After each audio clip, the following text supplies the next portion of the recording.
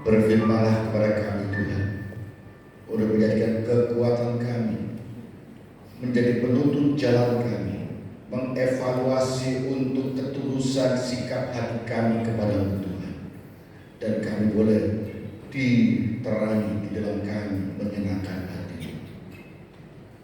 Terima kasih Tuhan. Terima kasih kami telah memuji menyembah-Mu. Saatnya kami belajar kebenaran firman. Engkau pakai hamba-Mu yang sebentar akan menyampaikan kebenaran, pengurapan daripada Tuhan, sehingga Tuhan boleh pakai hamba-Mu ini untuk menerjemahkan isi hati Tuhan kepada kami. Terima kasih. Di dalam nama Tuhan Yesus kami berdoa dan mengucap syukur. Amin. Shalom Ibu Bapak dan Saudara kasih. Shalom. Hari ini sampai sukacita. Hari ini tadi pagi yang berangkat saudara menang dari malas untuk berangkat ke gereja, akhirnya datang ke gereja. Ya, saudara adalah pemenang-pemenang. Ya, jadi yakinlah bersama dengan Tuhan apa yang Ibu Bapak korbankan dan melawan kemalasan itu untuk beribadah di tempat ini bersama-sama. Kemenangan itu ada nilainya, mahkota Tuhan berikan. Ya, kuatkan dan teguhkan saudara semuanya untuk tetap berharap kepada Tuhan. Ya. Nah, Ibu Bapak, pagi hari ini kita akan dilayani oleh seorang hamba Tuhan, wajah lama tapi stok baru saudara. Orang lama tapi casingnya itu baru. Maka tadi saya bicara dari depan adalah orang bilang apa? Belum sumi ya kan? Karena sudah mulai baru saudara, mulai dulu kelihatan apa? Bodinya ini menjadi sweet slim body ya kan, slim body. Nah, bodinya bagus. Nah, saya jadi jangan dibandingkan dengan Kosugi ya, jangan dibandingkan, beda jauh ya. Kosugi Pasuruan ini jurusannya yang berenang dulu dengan lari jalan kaki, akhirnya berenang dulu ke lautan, akhirnya kempes. Nah, kalau dari sini ke Pasuruan jalan kaki, nanti apa kempesnya dikit ya. Ya, jadi saudara, nama Tuhan ini adalah tidak asing bagi kita semua. Ya, beliau dulu adalah gembala Ibu Bapak semuanya tempat ini. Ya, jadi beliau kami pas ketemu saya undang untuk sekedar berbagi berkat kepada Ibu Bapak semuanya, dan juga ada reuni kecil-kecilan lah kepada Ibu Bapak semuanya mengenang tentang bagaimana sudut-sudut mana mungkin dia bertemu dengan Ibu Bapak dan juga bertemu dengan yang tidak kelihatan nanti di sini ya, sekitar sini ya. Ya, tidak akan terpanjang lagi. Dialah hamba kita ya, yang Tuhan utus kepada kita, Pendeta Dr. Marvel. Saya persilakan.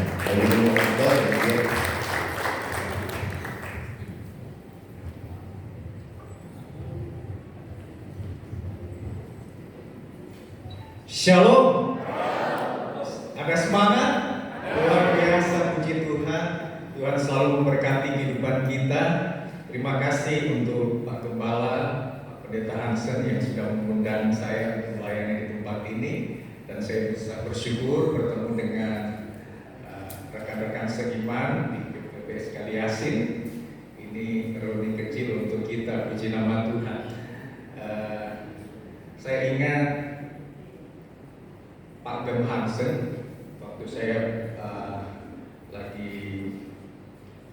melayani atau sedang diutus dari Spas ke Brebes waktu itu. Saya bertemu dengan Pak Gem. Dia adalah orang yang perhatian gitu ya. Waktu itu ada masalah di depan, ada orang yang mungkin ada indikasi berbuat jahat. Beliau datang menemani tidur. Saya melihat bahwa Pak Hansen ini adalah orang yang betul-betul melindungi. Sementara waktu saya menghadapi kenyataan seperti itu, Pak Hansen ada. Dan saya berpikir, puji Tuhan Pak Hansen bisa mengembalakan di sini. Beliau adalah seorang gembala yang suka melayani, suka memberikan semangat, pasti akan melindungi kita. Saya percaya Tuhan akan terus memakai Pak Gam secara luar biasa dengan Ibu ya. Puji nama Tuhan. Saudara yang dikasih di dalam Tuhan, terima kasih untuk kesempatan yang sudah diberikan untuk saya dapat melayani tempat ini. hari ini kita akan bicara firman Tuhan. Saya berikan judul mencapai kehidupan rohani yang maksimal. Kita sama-sama sebutkan judul ini 2, 3. Mencapai kehidupan rohani yang maksimal. Saudara yang kekasih dalam Tuhan, saya mulai seperti ini, bahwa ketika kita memiliki kehidupan rohani yang maksimal di dalam Tuhan, maka itu akan memberikan satu kekuatan yang luar biasa di dalam hidup kita pada saat kita menjalani kehidupan dalam situasi kondisi apapun. Katakan amin. Saudara yang kasih di dalam Tuhan, setiap kita harus memiliki kehidupan rohani yang maksimal, yang utuh, yang kuat di dalam Tuhan. Hari ini saya akan bicara sesuai dengan kebenaran firman Tuhan. Ada 5 hal yang sangat penting bagaimana kita menjadi pribadi sehingga memiliki satu kehidupan rohani yang maksimal, sehingga kehidupan rohani kita prima menghadapi situasi kondisi apapun. Saya percaya kita akan menjadi jemaat sebagai pemenang di dalam Tuhan. Puji nama Tuhan. Saudara yang kekasih di dalam Tuhan, kita lihat atau mempelajari di Mazmur 116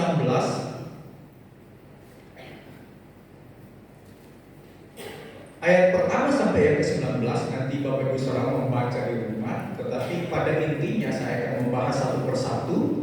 Di Mazmur 116 ayat 1 sampai 19. Yang pertama kita bicara tentang bagaimana rohani yang maksimal. Disebutkan di sini bahwa aku mengasihi Tuhan dan berseru kepadanya. Sama-sama sebutkan, aku mengasihi Tuhan dan berseru kepadanya. Saudara yang dikasih di dalam Tuhan, ada satu pelajaran di luar sana, bukan pelajaran Kristen. Mereka berkata begini, untuk apa mengasihi Tuhan? Allah toh tidak dilihat. Mereka menganggap bahwa manusia yang harus mengasihi sesama. Jadi kalau melihat kebenaran firman Tuhan itu sangat jauh berbeda dengan pandangan mereka. Tetapi firman Tuhan berkata kepada kita semua bahwa kita harus mengasihi Tuhan dengan segenap hati, dengan segenap pikiran, dan dengan segenap kekuatan. Jadi seluruh kehidupan kita harus mengasihi Tuhan. Saudara yang kekasih di dalam Tuhan, tanda orang yang mengasihi Tuhan adalah orang yang setia melakukan perintah-perintah Tuhan. Sama-sama sebutkan, setia melakukan perintah-perintah Tuhan. Kita belajar firman Tuhan, kita mendengarkan khotbah, apa yang disampaikan oleh hamba Tuhan. Itu adalah pelajaran yang penting untuk kita. Bagaimana kita menaati prinsip-prinsip firman Tuhan. Orang yang mengasihi Tuhan adalah orang yang taat melakukan perintah Tuhan. Kalau Tuhan bilang, kamu harus mengasihi sesama yang menyakitimu, apakah kita mengasihi mereka yang sudah mengasihi kita? Ini membutuhkan satu proses. Tapi firman Tuhan berkata, kalau kita mengasihi Tuhan, Tuhan bilang kita harus mengasihi sesama. Kita harus melakukan perintah-perintah Tuhan. Kita harus mengampuni. Ini yang menjadi prinsip kebenaran firman Tuhan. Saudara yang kekasih di dalam Tuhan, ketika kita mengasihi Tuhan, selain kita melakukan perintah-perintah Tuhan, apa yang menjadi kehendak Tuhan kita lakukan di dalam kehidupan kita, maka kita adalah orang yang selalu dekat dengan Tuhan. Sama-sama sebutkan 2, 3, dekat dengan Tuhan. Firman Tuhan berkata di Mazmur 116 ayat pertama sampai yang ke-5, aku mengasihi Tuhan sebab Ia mendengar suaraku dan permohonanku, sebab Ia menyendengkan telinganya kepadaku, maka seumur hidupku aku akan berseru kepadanya. Tali-tali maut telah melilit aku dan kegentaran terhadap dunia orang mati menimpa aku. Aku mengalami kesesakan dan kedukaan, tetapi aku menyerukan nama Tuhan. Ya Tuhan, luputkanlah kiranya aku. Tuhan adalah pengasih dan adil, Allah kita penyayang. Kita melihat di sini bagaimana seorang yang mengasihi Tuhan, selain dia melakukan perintah-perintah Tuhan, dia punya prinsip dekat dengan Tuhan. punya kehidupan doa. Ini luar biasa. Saudara yang kekasih di dalam Tuhan, saya hidup pertama di GPP Sekaliasi, hidup di dalam kehidupan doa. Dan sebelumnya ketika saya kuliah di SPAS, saya melakukan satu kehidupan doa. Ini menjadi satu hal yang sangat penting bagi saya. Ketika saya berdoa, berarti saya sedang mengumpulkan kekuatan yang dahsyat, kekuatan yang besar untuk mengalahkan besar ketika saya mengalami masalah kehidupan pada hari itu. Dan saya percaya ketika kita memiliki seruan kepada Tuhan atau doa kepada Tuhan, maka saya percaya kita memiliki satu kualitas rohani menghadapi keadaan apapun. Katakan amin. Kita melihat di ayat yang ketiga, tali-tali maut telah melilit aku dan kegentaran terhadap dunia orang mati menimpa aku. Disebutkan juga mengalami kesesakan dan kedukaan. Saudara yang kekasih di dalam Tuhan, hidup ini kita tidak menghindari yang namanya tali-tali maut. Atau di dalam bahasa Ibrani dikatakan tali-tali maut itu adalah satu kedukaan, air mata yang sedang menimpa kehidupan umat Tuhan, yang sedang menimpa setiap orang yang percaya kepada Tuhan. Disebut juga kesesakan. Ini adalah masalah berat. Mazmur mengalami satu situasi kondisi yang seperti ini. Kesesakan ini berarti kalau diibaratkan orang yang sesak, itu agak sulit bernafas dan dia tidak bisa beraktivitas secara optimal. Sehingga disebutkan kesesakan ini berarti bicara tentang masalah yang berat, disebut juga kedukaan. Saudaraku yang kekasih di dalam Tuhan, situasi kondisi seperti ini, selama kita hidup dalam dunia ini, kita seperti berada di kemah pencobaan, kemah pergumulan yang berat. Alkitab mencatat bahwa kita seperti seorang wanita yang sedang sakit bersalin. Selama 9 bulan dia mengalami sakit bersalin. Ketika seorang wanita itu sudah melahirkan seorang anak, maka menimbulkan satu kebahagiaan yang luar biasa di tengah-tengah keluarga. Nah, firman Tuhan berkata, apapun keadaan yang kita alami di dalam kehidupan kita, tali-tali maut, kesedihan, duka cita, kegentaran, kesesakan yang kita alami apapun bentuknya, kita harus tetap mengasihi Tuhan. Katakan amin. Kita harus berseru kepada Tuhan, berdoa kepada Tuhan, dekat dengan Tuhan. Saudara yang kekasih dalam Tuhan, maka kita memiliki satu kekuatan menghadapi keadaan apapun. Ini prinsip kebenaran firman Tuhan. Kita bukan hanya bicara tentang hal-hal yang kita alami di dalam dunia ini. Saya sudah katakan tadi bahwa kita tidak akan hilang dengan masalah, karena firman Tuhan berkata selama kita hidup dalam dunia ini kita pasti mengalami banyak masalah. Baik orang yang tidak percaya maupun yang sudah percaya kepada Tuhan pasti mengalami masalah. Tetapi yang penting prinsipnya adalah kita tetap mengasihi Tuhan dengan segenap hati, dengan segenap pikiran, dengan segenap kehidupan kita, kekuatan kita, dan kita tetap dekat dengan Tuhan. Saudara yang kekasih di dalam Tuhan, kita tetap dekat dengan Tuhan sehingga kita betul-betul memiliki satu kekuatan yang saya sebutkan tadi, kehidupan rohani yang maksimal, kehidupan rohani yang kuat menghadapi kenyataan hidup ini. Yang kedua adalah disebutkan di sini adalah berada di dalam pemeliharaan Tuhan, karena Dia adalah sumber ketenangan dan kebaikan bagi kita. Kita sebutkan sama-sama, berada dalam pemeliharaan Tuhan, sumber ketenangan dan kebaikan. Kita lihat di dalam Mazmur 116 ayat yang ke-6 sampai 9. Tuhan memelihara orang-orang sederhana. Aku sudah lemah. Kita lihat di sini pemazmur berkata dia mengalami satu kondisi yang lemah, tetapi diselamatkannya aku. Kembalilah tenang hai jiwaku. Karena manusia ini sering mengalami yang namanya ketidaktenangan, kegalauan, kekhawatiran dalam hidup ini, dan kita tidak lepas dari masalah itu ya. Dengan adanya kondisi fisik yang sakit, ada masalah di dalam ekonomi, pekerjaan dan sebagainya, kita mengalami kelemahan. kita juga memiliki satu situasi kekhawatiran, disebutkan ketidaktenangan, tetapi firman Tuhan berkata, kembalilah tenang hai jiwaku, sebab Tuhan telah berbuat baik kepadamu. Ya, Tuhan telah meluputkan aku daripada maut, dan mataku daripada air mata, dan kakiku daripada tersandung. Aku boleh berjalan di hadapan Tuhan di negeri orang-orang yang hidup. Kita melihat di ayat yang ke-6 sampai yang ke-9, intinya adalah kita harus memiliki satu kehidupan dalam pemeliharaan Tuhan, karena Dia adalah sumber ketenangan dan kebaikan dalam hidup kita. Katakan amin. Saudaraku yang kekasih di dalam Tuhan, situasi kondisi apapun ketika kita sedang mengalami kelemahan, Tuhan bilang Tuhan akan menyelamatkan hidup kita. Ketika kita sedang di rundung maut, Tuhan bilang Tuhan akan melepaskan air mata kita, jerat kaki kita dari ketersandungan.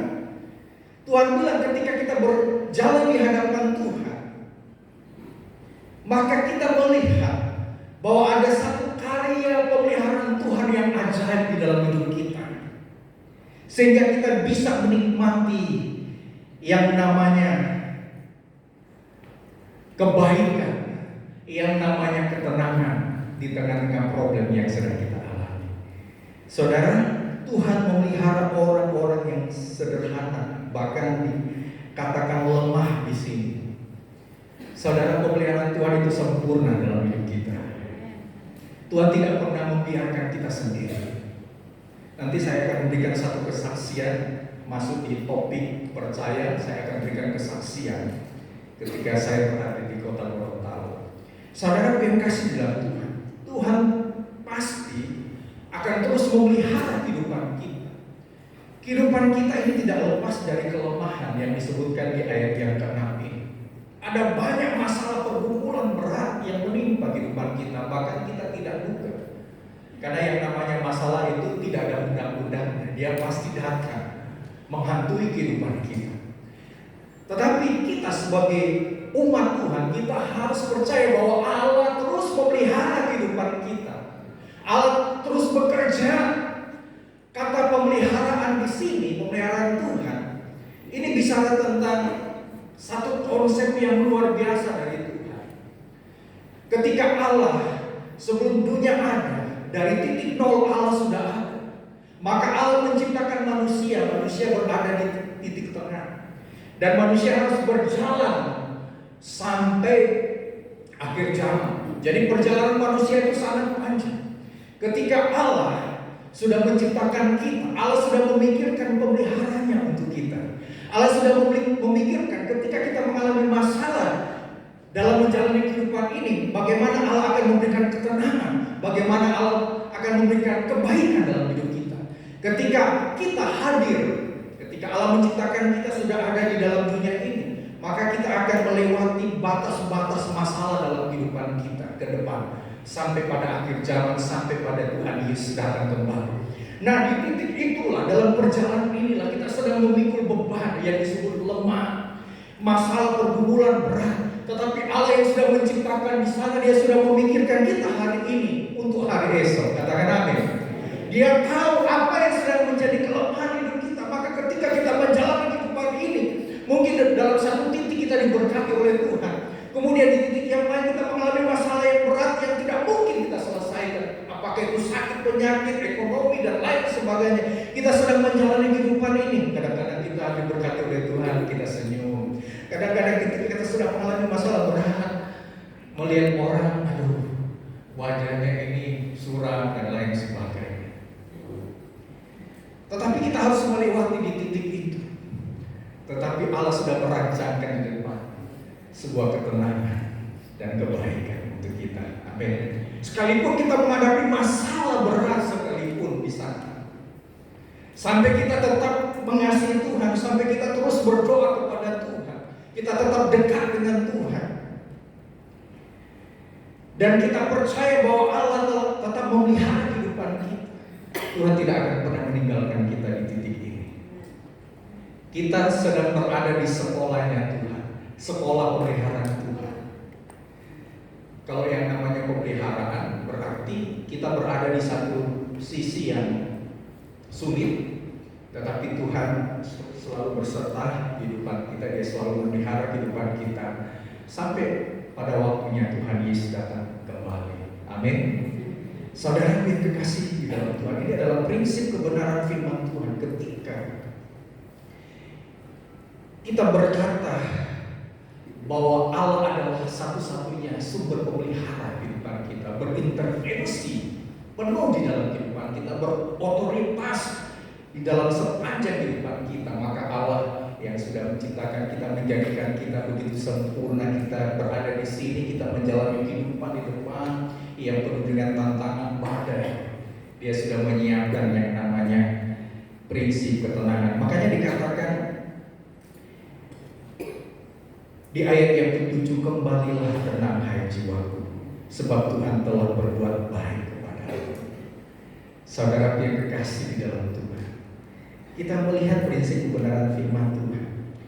Kembalilah tenang, bukan dari pemazmur yang berkata demikian, tetapi dari kondisi hati. Dia berkata kepada Tuhan. Prinsipnya di dalam bahasa Ibrani, Tuhan adalah sumber ketenangan di dalam jiwaku. Dan dikatakan bukan cuma itu, telah berbuat baik kepada, secara personal berbuat baik kepada kita. Amin. Saudara, kata telah, kita berada di posisi sini, Allah di depan. Ketika kita melangkah menjalani kehidupan ini, pada waktu kita mengalami persoalan yang berat, nah kata Allah telah berbuat baik kepadamu di titik yang pertama ini, Allah sudah memikirkan, saya akan berbuat baik kepada Pak Gem Hansen, misalnya begitu. Saya akan berbuat baik kepada Wakil Gembala Pak Johari, berbuat baik kepada kita semua yang tetap mengasihi Tuhan, tetap dekat dengan Tuhan, yang percaya bahwa Allah sumber satu-satunya pemelihara dalam hidup. Maka Allah yang berada di titik pertama, Dia sudah memikirkan. Allah berarti dimulai dari inisiatif pertama. Allah telah memikirkan kita. Ketika kita menghadapi pencobaan di dalam menjalani kehidupan ini, di depan Allah telah berbuat baik kepada kita. Artinya konsep ini harus kita mengerti. Kita harus melihat di depan Allah telah berbuat baik, sehingga kondisi apapun kita tidak akan menyerah di dalam menjalani kehidupan ini. Kita berkata Allah telah berbuat baik kepadaku, Allah telah berbuat baik kepadaku, Allah telah berbuat baik kepadaku. Sekalipun ada masalah, ada banyak pergumulan, Tuhan telah berbuat baik kepadaku. Berikan sorak-sorai begitu. Puji nama Tuhan. 2 minggu yang lalu, seorang pelayan Tuhan dipanggil Tuhan. Jadi saya memberikan satu kesaksian begini. Ada seorang pengurus wanita, dia sedang sakit berat gitu ya. Sudah stadium 4 ya, kena kanker kandungan. Kemudian dia dirawat di Makassar. Sementara anaknya cuma 1. Dia sudah berkeluarga. Cucunya masih umur 1 bulan 2 minggu ya. Nah, waktu mamanya berobat di Makassar, anaknya memikirkan di rumah di Gorontalo tentang keberadaan mamanya. Kemudian singkat cerita, dia pingsan, anaknya pingsan, kemudian koma, kemudian dipanggil Tuhan. Saudara yang kasih dalam Tuhan, tetapi mamanya tidak tahu kalau anaknya sudah meninggal. Nah, saudaranya yang ada di Surabaya kemudian datang ke Makassar mengevakuasi beliau untuk menuju ke Gorontalo. Saudara, tetapi mamanya belum tahu kalau anaknya sudah dipanggil Tuhan. Ketika saya berada di sana, sudah banyak orang di sana, kan dia masih pakai kursi roda. Ketika masuk di ruangan itu kok banyak orang, ya. Orang itu bersukacita, bukan bersedih, bersukacita. Dan si ibu ini merasa, kok banyak yang menyambut dia di tengah kondisinya yang sudah sakit. Tetapi ketika beranjak di ruangan rumah, dia melihat ada satu kalimat, "Selamat jalan Velia." Oh, baru dia menangis. Memang saudaranya tidak bilang waktu di Makassar bahwa anaknya sudah dipanggil oleh Tuhan. Takutnya shock di Makassar gitu. Makanya dia harus tahu sendiri di Gorontalo. Tetapi saya melihat imannya kuat. Saya melihat bagaimana ketika dia sudah mendekati, dia duduk di kursi roda, kemudian dia berdiri, kemudian dia duduk di tepi ranjang lewat jenazah, 3 jenazah. Kemudian apa yang dia katakan? Yesus telah berbuat baik kepada saya. Kalimat ini kalimat yang luar biasa. Di tengah-tengah duka dia shock, anaknya meninggal, cuma satu anak. Cucunya baru umur 1 bulan 2 minggu. Di tengah-tengah kesedihan itu, dia tetap berkata, Tuhan Yesus telah berbuat baik kepada. Itu menjadi satu kekuatan. Artinya apa? Saudara, kalau kita mengalami masalah pergumulan apapun, mungkin hati kita tercabik-cabik, penuh dengan duka, ada masalah yang berat. Katakan kepada Tuhan, Allah telah berbuat baik kepadamu. Sama-sama sebutkan, Allah telah berbuat baik kepadamu. Apapun masalah yang sedang saya alami, sebutkan, apapun masalah yang telah atau sedang saya alami. Saudara, berikutnya adalah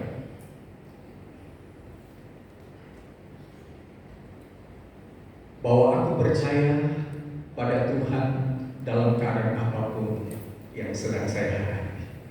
Sama-sama sebutkan 2, 3. Aku percaya pada Tuhan dalam keadaan apapun. Di Mazmur 116 ayat yang ke-10 di sana disebutkan, aku percaya sekalipun aku berkata aku ini sangat tertindas. Mungkin kita baca bersama-sama ayat ini, karena saya sengaja tidak mencatat di LCD. Nah, kita baca, mungkin bisa dibuka. 2, 3. Aku percaya sekalipun aku berkata aku ini sangat tertindas. Saudara, ada 2 hal penting. Kita harus terus percaya, seperti Pak Gem bilang tadi, kita harus terus percaya. Kalau di dalam bahasa Ibrani dikatakan komitmen dan konsisten, terus-menerus percaya kepada Tuhan apapun yang terjadi. Nah, yang pertama kita harus komitmen konsisten percaya kepada Tuhan sekalipun berada di dalam ketertindasan. Saudara yang dikasih dalam Tuhan. Tetapi betul firman Tuhan, kita bukan hanya dipanggil oleh Tuhan untuk percaya saja kepada Tuhan. Itu memang prinsip yang pertama. Tetapi kita juga harus menderita bersama dengan Tuhan. Saudara, Mazmur berkata, aku percaya, aku akan terus-menerus percaya, aku akan tetap komitmen, konsisten percaya kepada Tuhan. Sekalipun aku sangat tertindas. Bukan tertindas, sangat tertindas berarti lebih besar masalahnya. Saudara,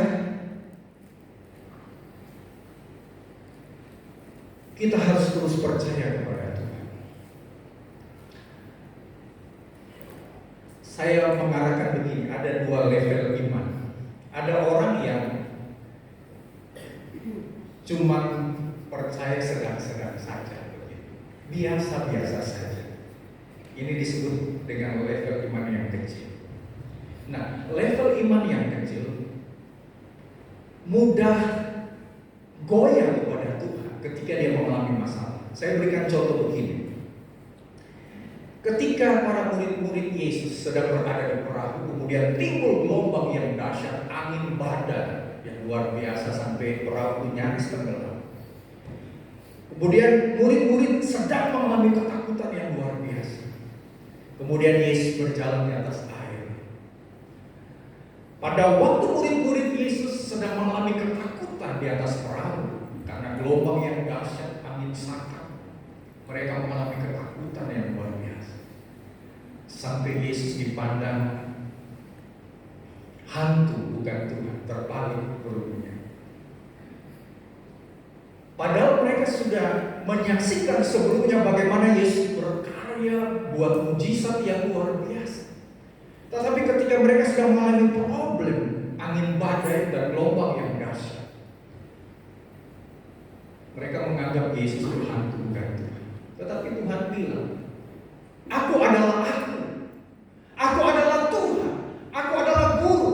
Di dalam terjemahan bahasa asli Yunani berkata, "Aku dulu sudah ada, sekarang ada, dan selama-lamanya ada untukmu. Dalam kondisi apapun, aku tetap ada untukmu." Katakan amin. Saudara yang kekasih dalam Tuhan. Kemudian Yesus bilang, "Petrus, ayo maju." Nah, Petrus kemudian maju dan bisa berjalan di atas air. Dalam beberapa langkah dia berfokus bukan lagi kepada Yesus, berfokus pada gelombang, pada badai di samping kiri muka belakang, dan kemudian tergelam. Kemudian Yesus tahu apa yang sedang terjadi. Di titik itu Petrus imannya sedang lemah. Maka di ayat berkata, "Mengapa kamu tidak beriman? Mengapa kamu tidak percaya?" Dalam bahasa asli dikatakan, "Kenapa kamu ragu-ragu?" Ini iman yang kecil. Tetapi Yesus tidak tinggal diam, tetapi Yesus bergerak, mengambil tindakan, kemudian dia mengambil tangan Petrus, kemudian mengangkat Petrus, walaupun tidak tercatat di dalam Alkitab. Tetapi saya memikirkan di dalam bahasa rohani saya. Pada waktu Yesus mengangkat tangan Petrus, apakah ombak itu sudah diam, sudah didiamkan oleh Yesus? Belum toh. Nanti sudah di atas perahu baru Yesus mendiamkan ombak sehingga tenang. Saya melihat begini, di dalam penelitian saya, dalam secara segi biblikal, saya melihat di sini ketika Yesus mengangkat tangan Petrus, kemudian ada kondisi yang luar biasa terjadi di sana. Ada satu perjalanan walaupun dekat. Sebelum naik perahu kan ada satu perjalanan yang luar biasa di mana Yesus menggandeng Petrus di tengah-tengah gelombang, di tengah-tengah angin sakal yang hebat. Tetapi ketika kita berjalan bersama dengan Yesus seperti Petrus di tengah-tengah gelombang, kita akan menghadapi setiap badai kehidupan. Amin. Kita harus tetap percaya kepada Tuhan dengan sepenuh hati. Jadi jangan punya iman yang kecil, tetapi kita harus punya iman yang besar, iman yang kuat, iman yang luar biasa, iman yang sempurna. Iman yang kuat, iman yang besar, iman yang sempurna adalah iman yang berfokus pada pengakuan bahwa Allah itu adalah sumber perlindungan dalam hidup kita. Iman yang kuat, iman yang besar adalah Allah. Kita menyerahkan kehidupan kita sepenuh kepada Tuhan. Iman yang kuat adalah kita mengabdi setia pada Tuhan dan melakukan perintah-perintah Tuhan. Iman yang kuat, sekalipun kita mengalami masalah badai kehidupan, ibarat Yesus sudah menggandeng Petrus berjalan di atas ombak, itu iman yang sempurna dalam hidup kita. Sekalipun banyak masalah pergumulan dalam hidup kita, kita tetap percaya kepada Tuhan. Sekalipun kita sakit, kita tetap percaya kepada Tuhan. Kita akan melalui setiap sakit, bahkan juga masalah dalam kehidupan kita bersama Yesus. Kalau kita berjalan sendiri, kita seperti Petrus, tenggelam. Tetapi ketika kita berjalan bersama dengan Yesus, Tuhan pasti akan menolong kita. Saya akan berikan satu kesaksian. Saudara, waktu saya harus pergi ke Gorontalo, Mungkin saudara kan tidak mengerti pergumulan di kota Gorontalo. Tetapi saya berkata bahwa ini adalah panggilan Tuhan di dalam hidup saya bersama dengan istri dan anak. Dan waktu itu kami pergi kepada Gorontalo, itu gereja baru pecah. Jadi kita harus ke sana dan saya mengembalakan di sana. Dan tahun pertama saya harus betul-betul merawat setiap jemaat yang sakit hati terhadap Bapak Kepala yang lama. Sakit hati. Mereka tidak mau melayani, kemudian saya datang, kemudian saya rekrut lagi untuk melayani di bidang musik, sound system.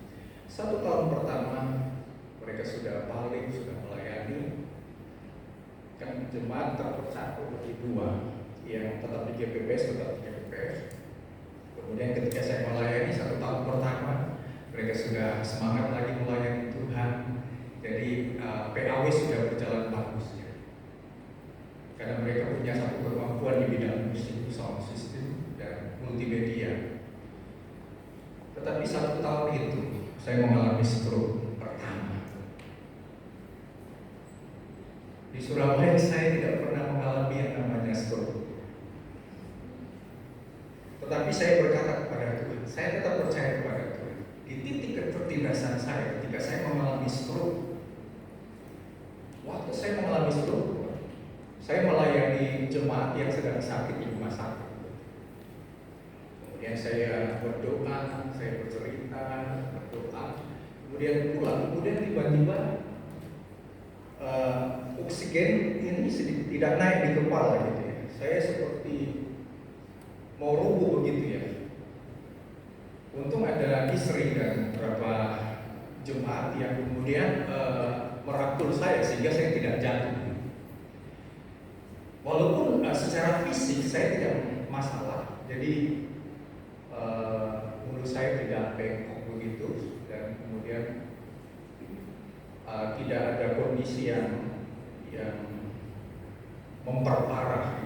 Tetapi memori saya hilang, hampir semua hilang.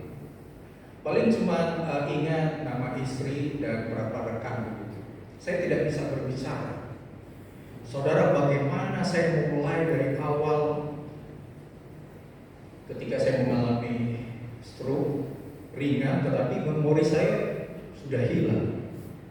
Saudara, kemudian waktu di rumah sakit hari kedua, hari ketiga saya langsung pulang ke rumah. Kemudian ada teman dari Surabaya bertanya, apa kabar? Baca pikir ya, bertanya.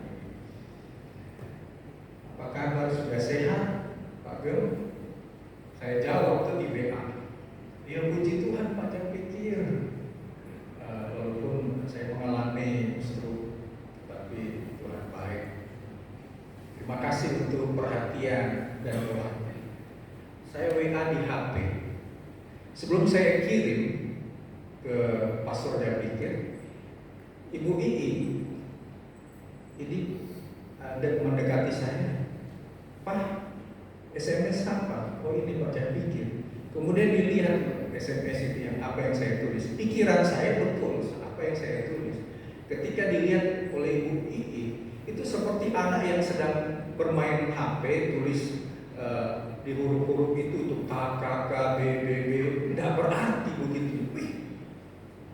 Padahal pikiran saya sudah betul, iya Pak, baik di nama Tuhan gitu ya. Tetapi sebelum dikirim, Bu lihat apa yang saya tulis, K, K, K, B, B, B, tidak ada tulisannya begitu ya, cuma kata, aduh, itu trauma, saya trauma. Akhirnya saya belajar lagi, menulis lagi, baca lagi. Ya, seperti anak yang baru mau belajar menulis begitu ya. Misalnya saya menulis kamu, itu tidak seutuhnya kamu. Kadang-kadang U-nya itu jadi I atau O begitu ya. Jadi betul-betul secara pikiran, memori itu sudah ada banyak yang salah. Jadi 1 tahun itu saya belajar betul Ibu ini bisa khotbah gitu ya. Saudara yang kasih dalam Tuhan. Tetapi kemudian saya melewati itu dan saya terus berupaya kemudian bisa khotbah. Sebelum pandemi 2019 saya stroke yang kedua. Tetapi puji Tuhan, stroke yang kedua biasanya lebih parah, tetapi itu lebih ringan. Memori saya masih ada, walaupun ada banyak kalimat yang saya lupa gitu. Kemudian berobat di Gorontalo, kemudian saya berobat di Surabaya. Dan setelah itu ketemu Cik Nani, Cik Esther, Pak Arsono kan masih di Makassar. Diajak jalan di sana, diberikan kekuatan juga begitu ya. Saudara yang dikasih dalam Tuhan, saya mengalami stroke yang saya tidak pernah duga, stroke pertama dan yang kedua. Tetapi saya percaya Tuhan, ini adalah kesempatan bagi saya untuk memperkuat iman saya. Bahwa di dalam kondisi keterlindasan atau sakit penyakit, saya percaya Tuhan akan memakai itu, sehingga saya akan menjadi saksi buat jemaat. Saya akan menjadi saksi buat jemaat. Saudara, saya juga akan terus belajar bagaimana supaya memori saya semakin meningkat, ingatan saya semakin meningkat. Kemudian saya studi S2 lewat Manado gitu ya, di Stakam. Itu untuk supaya saya terus meningkatkan pemikiran saya, supaya kalimat-kalimat hari-hari yang saya sampaikan pada jemaat itu tidak dilupakan gitu ya. Sekalipun ada hal-hal yang terlupakan, tetapi dengan belajar itu kemudian Tuhan berikan kemampuan untuk itu. Saya tetap percaya sampai lanjut di S3, sekarang sedang melakukan penelitian. Itu membantu saya gitu ya. Membantu saya sehingga betul-betul menolong saya untuk melakukan sesuatu yang lebih besar buat jemaat. Saudara, ketika kita mengalami satu keterlindasan atau pergumulan masalah, secara fisik kita sakit dan masalah-masalah yang lain sedang menimpa kehidupan kita, kita harus tetap komitmen dan terus percaya kepada Tuhan. Katakan amin. Puji nama Tuhan. Saudaraku yang kekasih di dalam Tuhan. Kemudian berikutnya adalah mengangkat piala keselamatan, atau di dalam terjemahan bahasa Ibrani kemenangan atau pembebasan.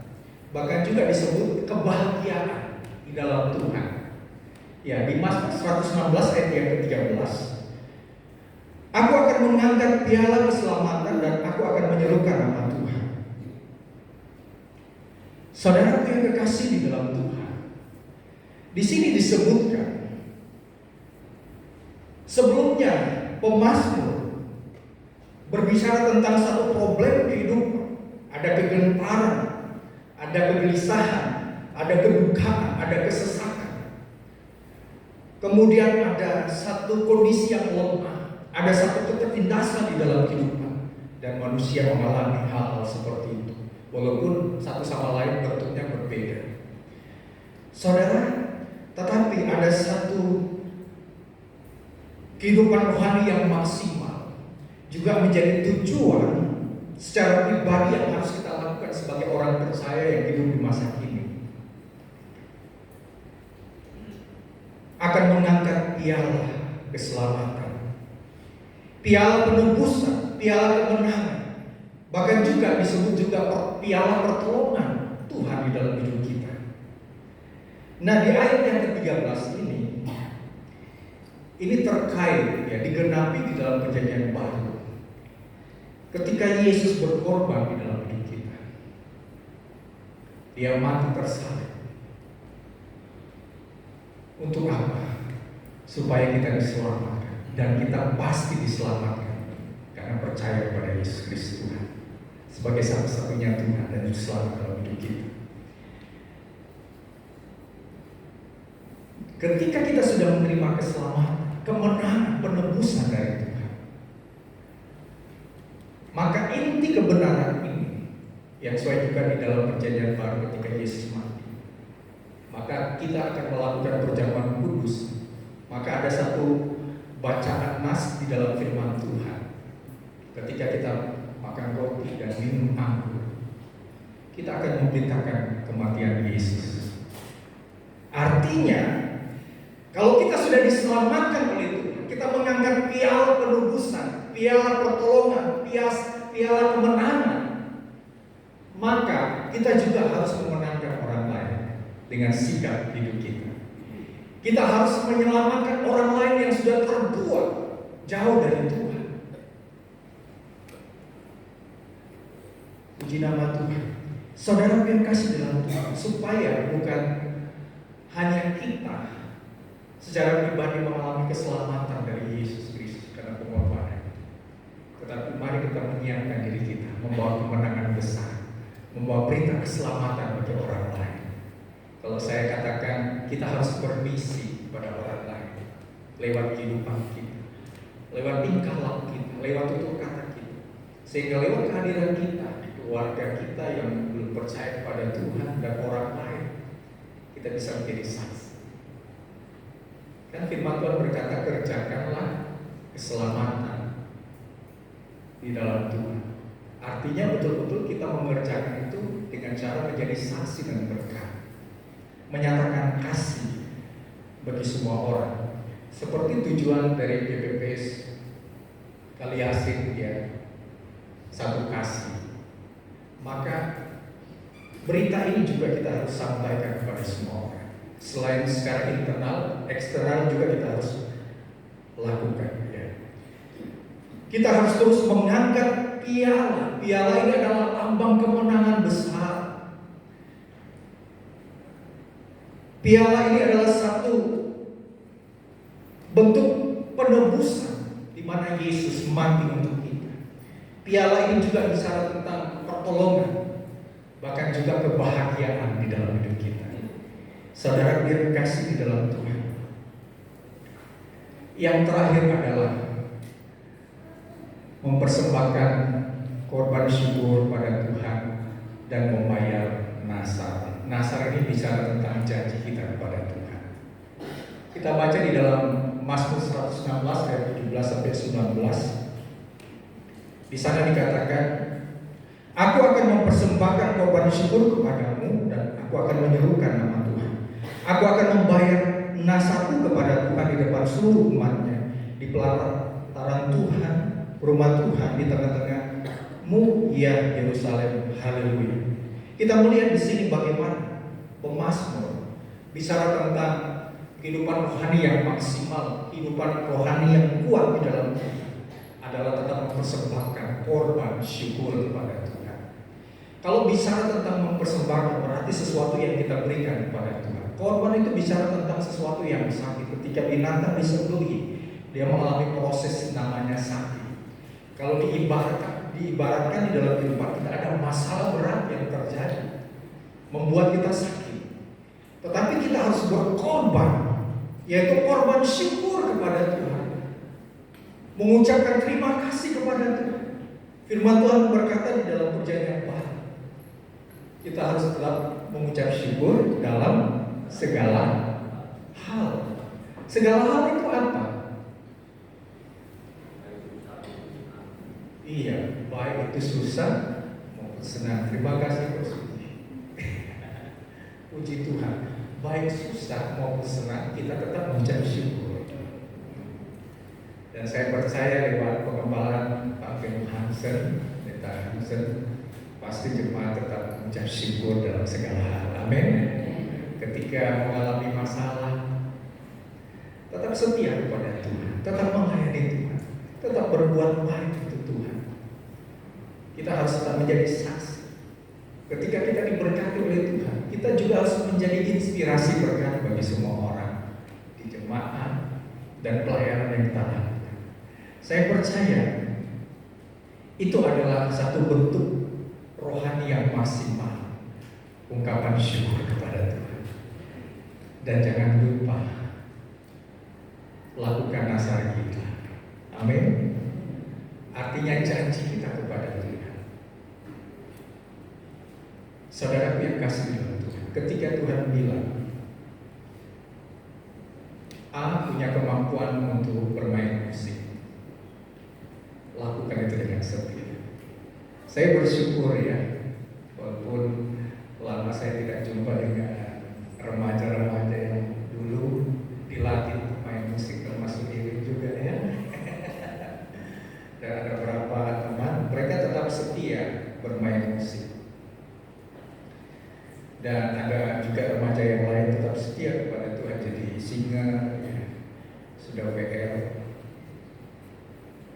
Saya percaya itu adalah janji kita kepada Tuhan. Kalau Tuhan sudah memberi terbaik kepada kita lewat potensi, lewat karunia, mari kita lakukan dengan setia. Amin. Lakukan dengan setia, sehingga Tuhan menghargai.